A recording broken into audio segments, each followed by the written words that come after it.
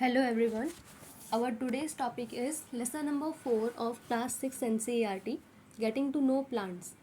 In this chapter, we will study about different type of plants based on their growth habits and about part of plants and their different functions along with some activities.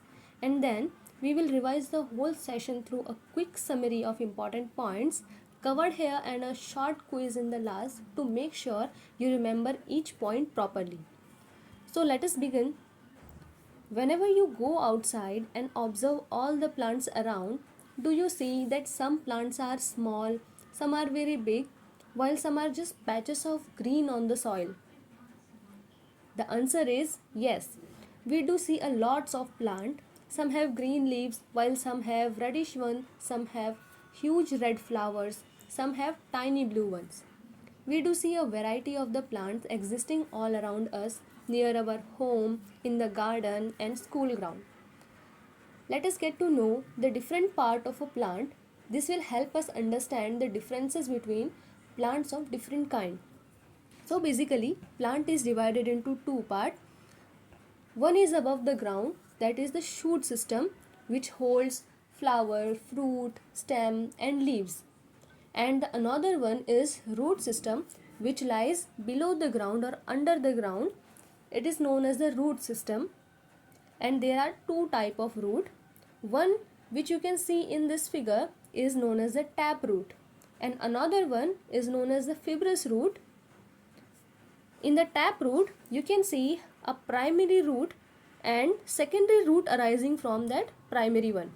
But in the fibrous root system, there is no primary root, as a bunch of many roots arise from a single point.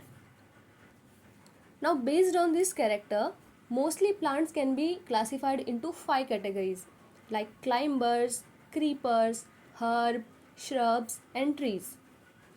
Now we will study each one of them in brief. So the first one is climber. Climber are plant that grow upward using support like wall or other plant. They have a special stem or root that help them to cling tightly to the surfaces, allowing them to rise above other plants and get more sunlight. Example of climbers include vines like grapes and money plant. Next are creepers. Creepers are the plant that grow along the ground, spreading horizontally. Creepers are slightly different from climbers, as climbers are the plant that grow upward and use support to climb upward and get more sunlight. But creepers are plant that grow along the ground and spread horizontally. They cannot climb upwards. Example of the creepers include strawberry plant, creeping thyme, sweet potato and pumpkins. Creepers provide ground cover. They also help in controlling the soil erosion. They also help in suppressing weeds and can add ornamental values. But they require space to spread. Herbs. Herbs are plants with green and tender stem. They are usually short and may not have many branches, but they do have medicinal values. Example of herb is tulsi. Shrubs. Shrubs are small to medium sized bushy plant with woody stem, typically growing about 3 to 15 feet tall in height. They have multiple branches, leaves and they have many flowers. Trees. Trees are tall and have hard and thick stem. They can be of about 15 to 100 feet in height. The stem may have many branches. Example of trees include mango tree, neem tree. Next topic is stem. So first of all, we will see what is stem. Stem is a part of plant that bear leaves, branches, flowers and fruit, and its function is to provide support and anchorage to the plant so that the plant stands steadily and rigidly, and help in transportation of water and mineral to each part of the plant from the root. Now we will see how it happens through a small activity, and for this activity we would require some items like a glass, water, red or blue color ink and a soft stem. First of all, we will have to pour water to fill the glass to about 1/3, and then we will add red or blue color ink into it. Then in second step, we will have to cut the base of the stem and put that stem into the glass. As we can see in this figure, half of the stem is dipped into the colored ink water and half of the part of the plant is above the glass. Now in the third step, we will have to keep it for some time and we will observe it afterwards. Now after keeping it for some time, we observe that the red color present in the water appears on the way of leaves and in the stem also. So this states that the stem help in upward movement of water and it reaches various part of plant. As you can see in this figure, in the B1, you can see that the green color stem holds red color spot of the ink which we have introduced into that water.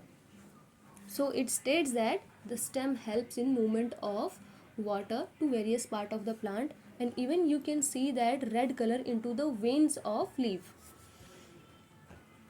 Now our next topic will be leaves. Observe the leaf of some plant around you and draw them in your notebook. Are all the leaves are of same size, shape and color? No, they cannot be of same size, shape and color. Even they can be a larger leaf, there can be a small leaf, and their shape can be smooth or can be about with incisions, and their color can be of green color. There are some brown colored leaves also. Leaf is commonly known as kitchen of the plant. It is a part of the plant which is green in color and it is attached to the stem through a broad green color part which is known as lamina of the leaf. There are small lines which are present on the leaf. They are known as veins, and a prominent line in the center of the lamina or leaf, it is known as midrib, and the design made by the veins in a leaf is known as venation. Venation can be of two types, reticulate and parallel venation. As you can see in this figure A1, you can see a midrib is present and the veins are arranged in an reticulate fashion, and example of the reticulate veins are in the mango leaf and neem leaf. And parallel venation you can see in the figure B, where all the veins are arranged parallelly to each other. An example of this is maize leaf, which is a monocot. Leaf also performs important function like transpiration in plant. Now, what is transpiration? Transpiration is the loss of water from the aerial part of the plants. The water come out of the leaf in the form of vapor. By this process, plant releases a lot of water into the air, and we can observe transpiration in a plant with a short activity. Transpiration is not only done by leaves, but it can also be done when the stems are green in color. In the young plant, when the stems are green in color, they still perform transpiration. But when the plant grows and get mature, the stem gets bark upon them and they are not green in color till that time. So transpiration is not observed in the mature plant, but in the young plant, when the stems are still green in color, they also perform transpiration along with the leaf. Now we will see a small activity for that. For that we will require a herb and a transparent polythene bag and thread. So the first step is that we have to use a healthy well-watered plant that have been growing in the sun, and now we will enclose the leafy branch of the plant in a polythene and cover it up tightly and tie it up to its mouth, as you can see in this figure. After a few hours, we will observe the inner surface of the cover polythene gets water droplets into them. Water droplets will appear on the polythene cover, as this shows the presence of transpiration or water vapors released from the leaf. Now leaf also have another important function which is known as photosynthesis. Now let us study this with an activity. Here we would require a leaf, spirit, a beaker, test tube, burner, water, a watch glass and iodine solution for this activity.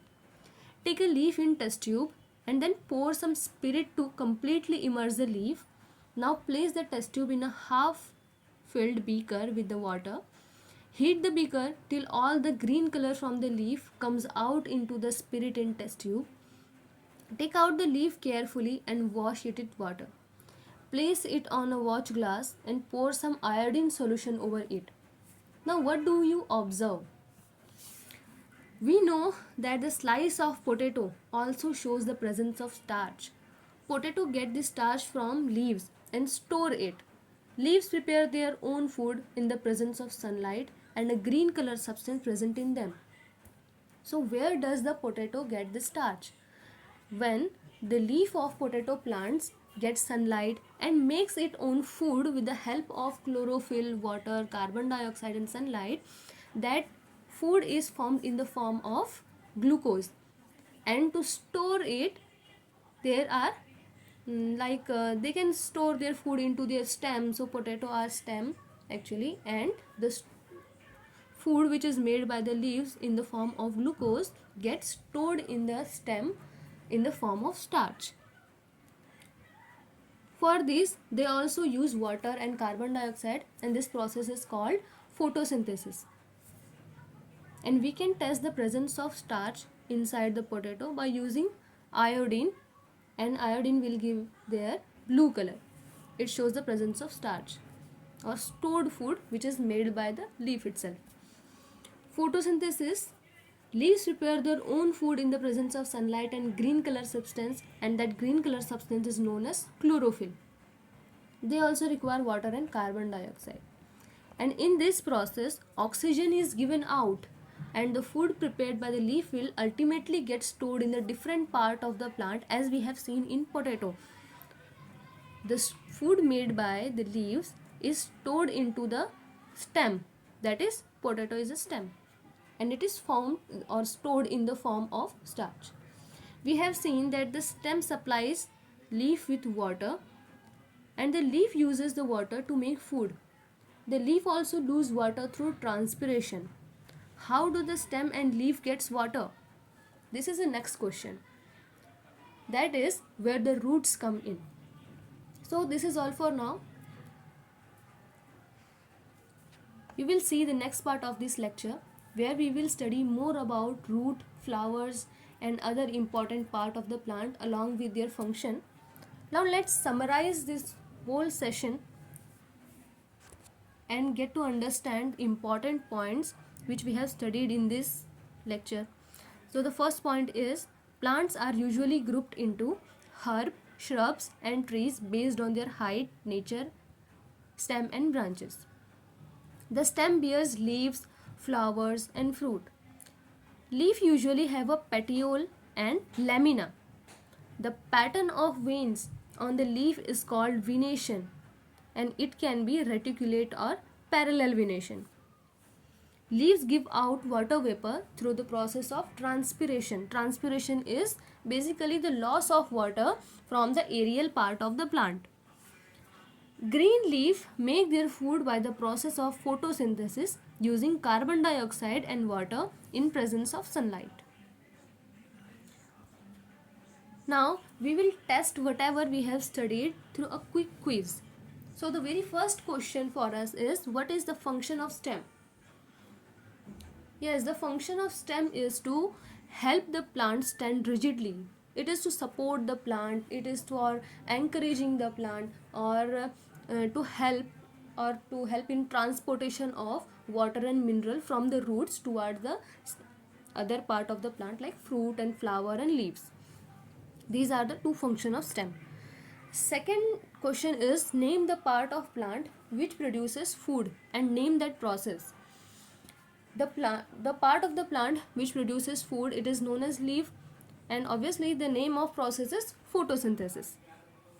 Third question is, the loss of water from the aerial part of plant is known as. Yes, the loss of water from the aerial part of the plants is known as transpiration. Fourth question is, bushy plant with the strong stem and many leaves are known as. Yes, it is known as shrubs. Fifth question is, which plant have medicinal values? Plant like tulsi have medicinal values and they come into the category of herbs. So this is all for now. We'll see you in the next part of this lecture where we will study more about root, flowers and other part. And reference and sources of image for this presentation are taken from NCERT book. Thank you all.